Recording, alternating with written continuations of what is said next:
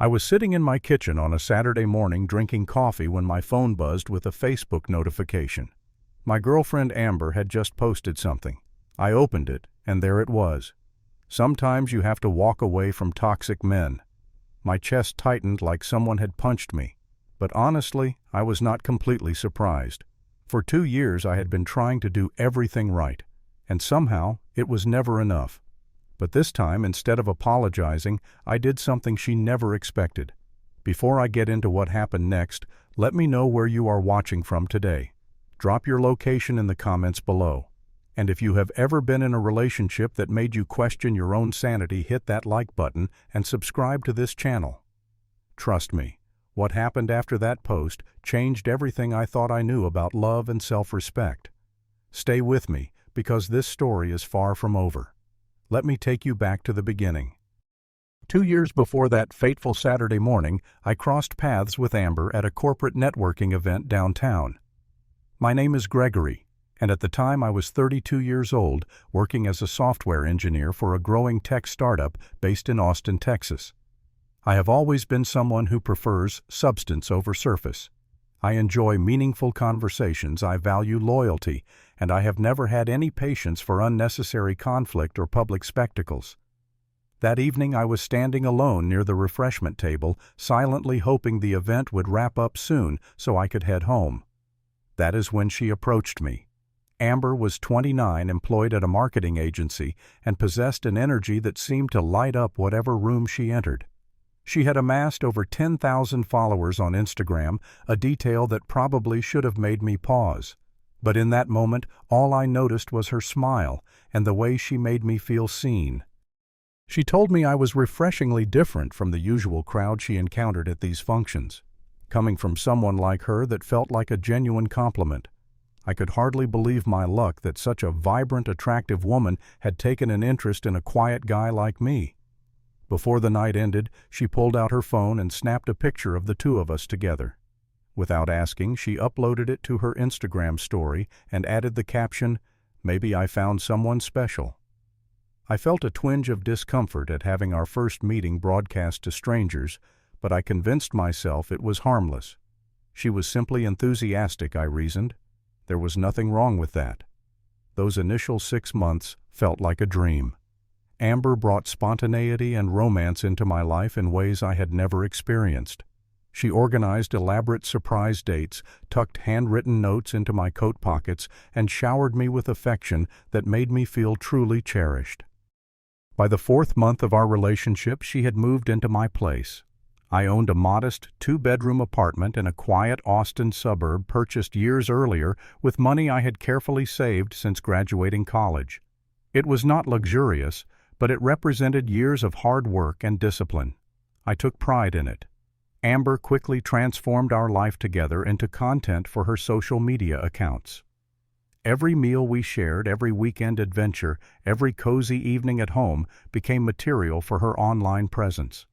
Her followers showered us with praise, labeling us couple goals in comment after comment. I was not accustomed to having my private life on display, but I went along with it because her happiness mattered to me.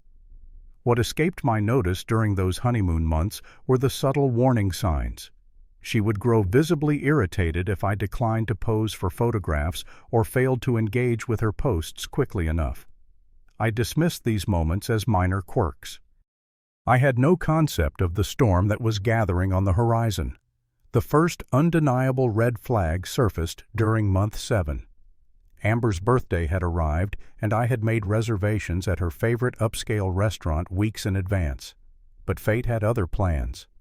That afternoon, my supervisor called with an urgent crisis. A critical system had failed, client data was at risk, and I was the only engineer with the expertise to resolve it. I phoned Amber immediately, apologizing profusely and promising to make it up to her with an even more special celebration that weekend. She assured me she understood, her voice calm and forgiving.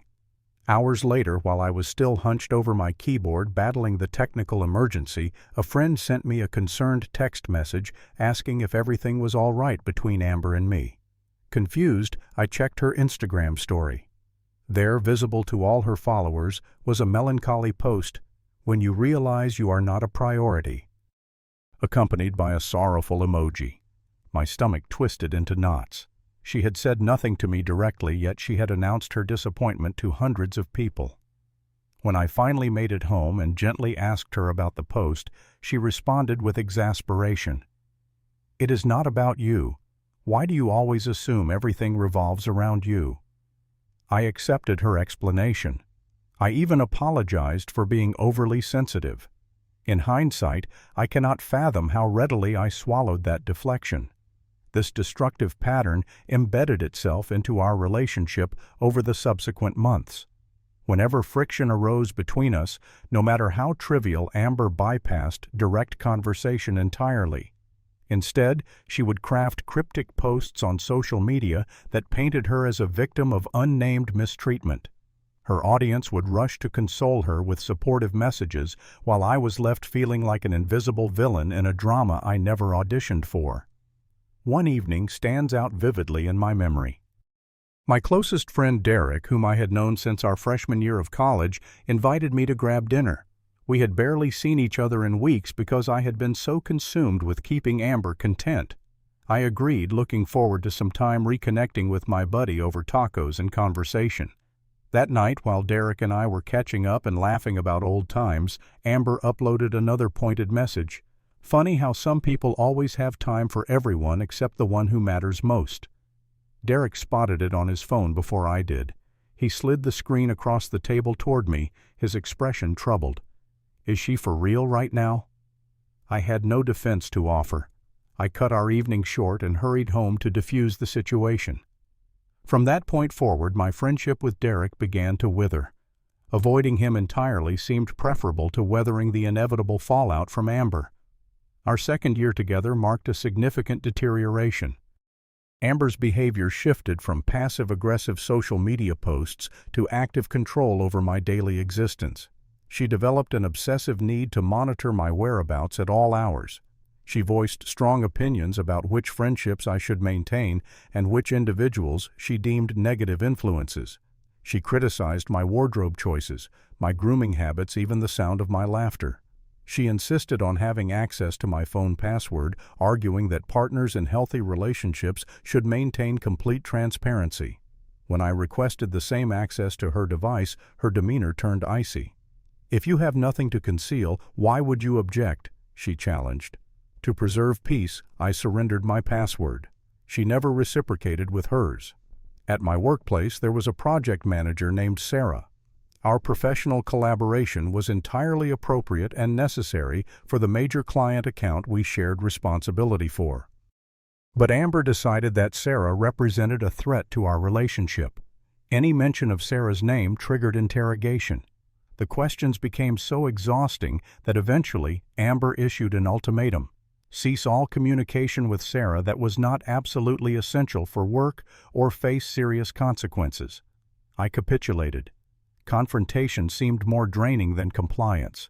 But my surrender did not satisfy her suspicions. It merely emboldened her to demand additional concessions. My mother Linda began expressing concern about the changes she observed in me. Our telephone conversations, once weekly rituals, had stretched to every other week and then once a month. During these calls, she would inquire whether I was truly doing well. I always insisted I was fine. But she could detect the weariness in my voice, the absence of my former spark. "You do not sound like the son I raised anymore," she remarked during one conversation. I brushed off her worry, but her observation lodged itself in my consciousness. Then came the night that shattered my remaining illusions about Amber. The clock showed approximately 11 in the evening. Amber had dozed off on the living room sofa while watching a television program. Her phone rested on the coffee table, and its screen suddenly illuminated with an incoming message. I was not attempting to invade her privacy. My eyes simply drifted toward the glow instinctively. The sender was identified as Marcus from work. The message preview displayed, "Cannot wait to see you tomorrow," followed by a heart symbol. Every muscle in my body tensed. I did not scroll through additional messages. I did not need further evidence. That single preview communicated volumes. The following morning, I casually mentioned Marcus in conversation with Amber. I kept my tone neutral, merely curious. Her response was volcanic. "Have you been snooping through my phone? That is incredibly toxic behavior." Within minutes, she had inverted the entire situation. By the time our exchange concluded, I found myself apologizing for violating her trust. Derek was the sole person I confided in about the Marcus incident. His assessment was direct and unflinching. "She is manipulating you, Gregory. She is making you doubt your own perception of reality. You need to open your eyes." But I resisted his analysis. I had invested 2 complete years in this relationship. I had altered fundamental aspects of who I was to accommodate her needs. Acknowledging that it was built on deception felt like admitting I had squandered a precious portion of my life. Approximately 1 week prior to the Facebook incident, Amber announced her desire to vacation in Cancun with a group of her girlfriends. She expected me to finance the trip. The total cost approached $3,000, and I was actively working to eliminate my remaining car payments. I explained my financial constraints honestly and offered an alternative, a more affordable getaway for just the 2 of us at a later date. Her reaction was fierce. "You never prioritize my happiness," she accused. "What purpose does this relationship serve if you refuse to invest in me?" For 3 consecutive days following that confrontation, she maintained complete silence toward me. But her social media presence exploded with activity. Post after post proclaimed messages about recognizing your value and refusing to accept less than you deserve. Her followers responded with enthusiastic validation. Fire emojis and declarations of support flooded her comment sections. Some of her friends began regarding me with barely disguised contempt when our paths crossed. I had been judged and sentenced by an online jury without ever being permitted to present my defense. That Saturday morning, when the notification appeared on my phone, something fundamental shifted inside me. I read her words multiple times. "Sometimes you have to walk away from toxic men. Your peace is worth more than their ego." The post had already accumulated over 200 reactions. Dozens of comments praised her courage and strength. Several of my own professional contacts and acquaintances had engaged with it. My phone began vibrating with incoming messages from friends and colleagues. "Gregory, what is going on? Are you okay? What happened between you 2?" I remained motionless at my kitchen table, staring at the screen as memories from the previous 2 years cascaded through my mind. Every instance when I had offered apologies for offenses I never committed. Every friendship I had sacrificed to maintain her satisfaction. Every occasion when I had questioned my own mental stability because she convinced me I was fundamentally flawed. What outcome was she anticipating now? A groveling public apology. Desperate pleas for forgiveness performed for her audience. The spectacle of a reformed toxic man so she could assume the role of the long-suffering partner who finally discovered her strength. Not this time. Never again. I inhaled deeply, pressed the like button beneath her post, and typed a brief response in the comments, "I agree." Then I set my phone aside and went to prepare another cup of coffee. Within 60 minutes, my phone rang. Amber's voice crackled with fury. "What the hell is that supposed to mean?" she demanded. I maintained my composure. "You wrote about toxic men. I agreed with your statement. What seems to be the issue? You are humiliating me in front of everyone." "You authored the post." I responded evenly. "I simply concurred with your perspective." The line went dead. 2 hours later, a notification alerted me that Amber had tagged me in fresh content. I opened the application to discover a photograph of 2 suitcases positioned on the driveway of my residence. Her suitcases. The accompanying caption declared, "Start walking." The comments section erupted with celebration. "Queen, finally standing up for yourself. You deserve so much better." Her followers were reveling in what they perceived as her triumphant moment of evicting her toxic boyfriend. But they possessed no knowledge of the actual circumstances. Not a single one of them did. I drove home with my pulse elevated, but my thoughts remarkably clear. When I turned into the driveway, Amber stood waiting with her arms folded across her chest, wearing a satisfied smirk. She had orchestrated the scene perfectly for her social media narrative. "I trust you have alternative accommodations arranged," she announced as I exited my vehicle. I approached her deliberately and met her gaze directly. "This residence belongs to me," I stated. "The property deed bears my name exclusively. Every utility bill arrives addressed to me. You relocated into my home. Do you recall that arrangement?" Her confident expression wavered. I continued without pause. "Those suitcases are your possessions. You packed them yourself, and your post instructed someone to start walking." I gestured toward the street extending beyond my property. "I believe you should heed your own guidance." For a suspended moment she simply stared at me, struggling to process what was transpiring.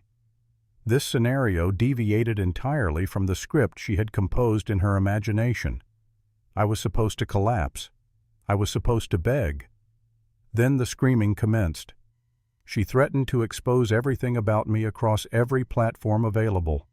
She vowed to demolish my reputation, to inform the entire world about what a terrible human being I truly was. I allowed her to exhaust herself. When she finally paused, I spoke quietly. "Proceed if you wish. But before you do, perhaps you should investigate why Stephanie has been declining your calls recently." The color drained from Amber's face instantly. Stephanie had been her most trusted confidant. What Amber had no knowledge of was that Stephanie had contacted me several days earlier. She had grown weary of witnessing Amber manipulate everyone in her orbit. She revealed information that validated my darkest suspicions. Amber had been fabricating stories about me to all her friends, characterizing me as domineering and emotionally abusive when the reality was precisely inverted. More significantly, Stephanie confirmed that Amber had been meeting Marcus outside professional settings. Repeatedly. I possessed documentation. I had preserved the evidence. I had no intention of weaponizing this information publicly. That was not the person I aspired to be. But I established one thing clearly. I will not participate in your performance, Amber. I have no interest in battling you across the internet. However, if you attempt to destroy me through fabrications, the complete truth will surface. Every last detail. Her entire bearing transformed. The rage evaporated from her features, replaced by an emotion I had never witnessed in her before: genuine fear. Tears began streaming down her cheeks. She apologized. She implored me for another opportunity. She swore she would transform, that everything would improve. I had absorbed those promises previously. I had placed faith in them previously. That era had concluded. "I devoted 2 years to the effort of being sufficient for you," I said. "I forfeited friendships. I surrendered portions of my identity. And regardless of my efforts, I never measured up. I am finished, Amber. This relationship is finished." She collected her suitcases and loaded them into her vehicle. I observed as she reversed out of the driveway and disappeared down the street. Then I entered my home, secured the door behind me, and lowered myself onto the couch. For the first time in 24 months, I drew a complete breath. The period immediately following Amber's departure felt surreal. She erased all content referencing me from her social media accounts, including the toxic men declaration and the suitcase photograph. She never executed her threat to publicly assault my character. I suspect she recognized that initiating warfare would ultimately prove self-defeating. Yet despite my victory in that confrontation, no sense of triumph materialized. I felt hollow. 24 months of perpetual vigilance, of obsessively monitoring my every word and action, of absorbing the belief that I was inherently defective. Such conditioning does not evaporate immediately. Derek appeared at my door the evening after she departed. He arrived bearing pizza and beverages and refrained from delivering any "I warned you" commentary, although he had earned that right completely. He simply settled onto my couch beside me and said, "Welcome back to yourself, Gregory. I have missed having you around."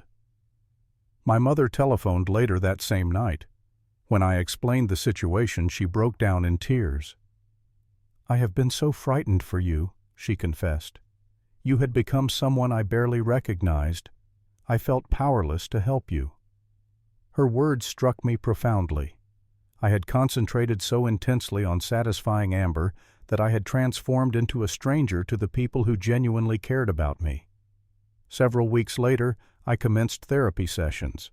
Admitting I required professional assistance was not easy, but it ranked among the most beneficial choices I have ever made. My therapist guided me toward understanding that my experience constituted emotional abuse. The relentless criticism, the public shaming, the distortion of my perception, the systematic isolation from my support network. These were not ordinary relationship difficulties. They were deliberate manipulation strategies. I embarked on reconstructing my existence one element at a time. I renewed connections with friends I had neglected. I retrieved my guitar from its case, an instrument I had abandoned for over a year because Amber complained that my playing irritated her. I established a morning running routine using the solitary exercise to organize my thoughts before each workday. Roughly 3 months after our separation, I encountered Stephanie unexpectedly at a local coffee establishment. She appeared apprehensive upon spotting me, uncertain how I might respond to her presence. But I approached with a genuine smile and expressed my gratitude for her courage in revealing the truth. "I should have spoken up much sooner," she acknowledged. "Amber terrified me. She possesses this ability to turn people against anyone who challenges her." I assured her I comprehended that fear completely. I had experienced it firsthand. She additionally informed me that Amber and Marcus had terminated their involvement after merely a few weeks together. Apparently, Amber had deployed identical manipulation methods on him, and he demonstrated significantly less tolerance than I had. Receiving this news generated no satisfaction within me. I simply felt sorrow.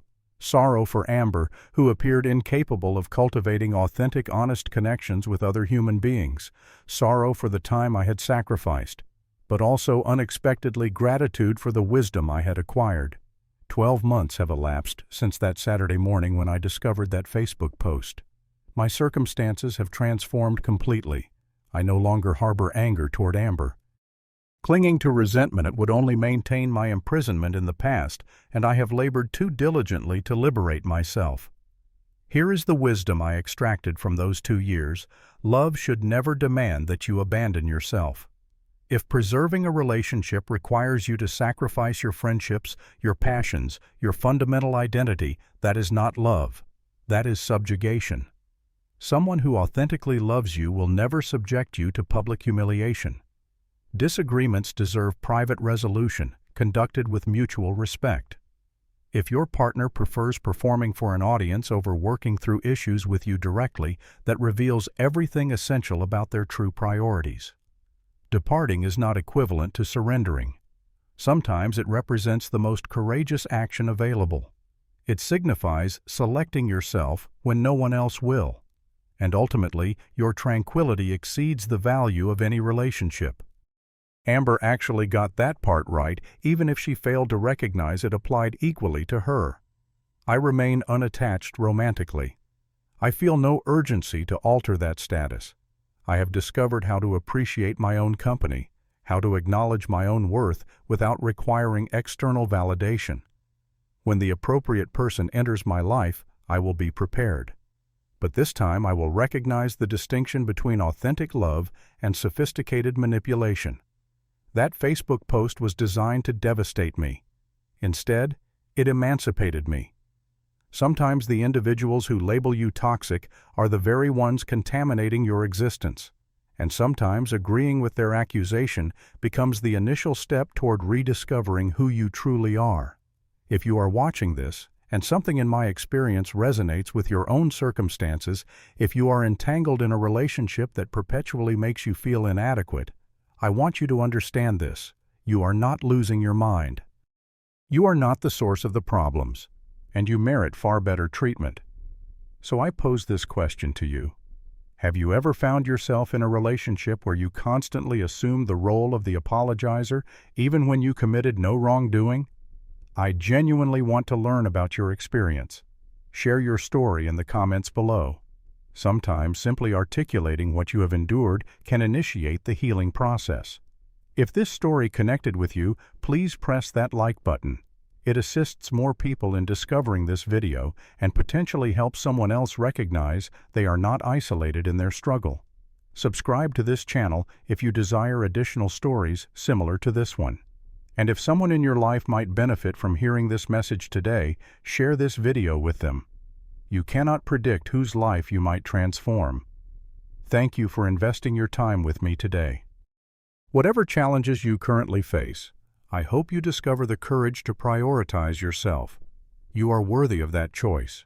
Take care of yourself, and I will see you in the next one.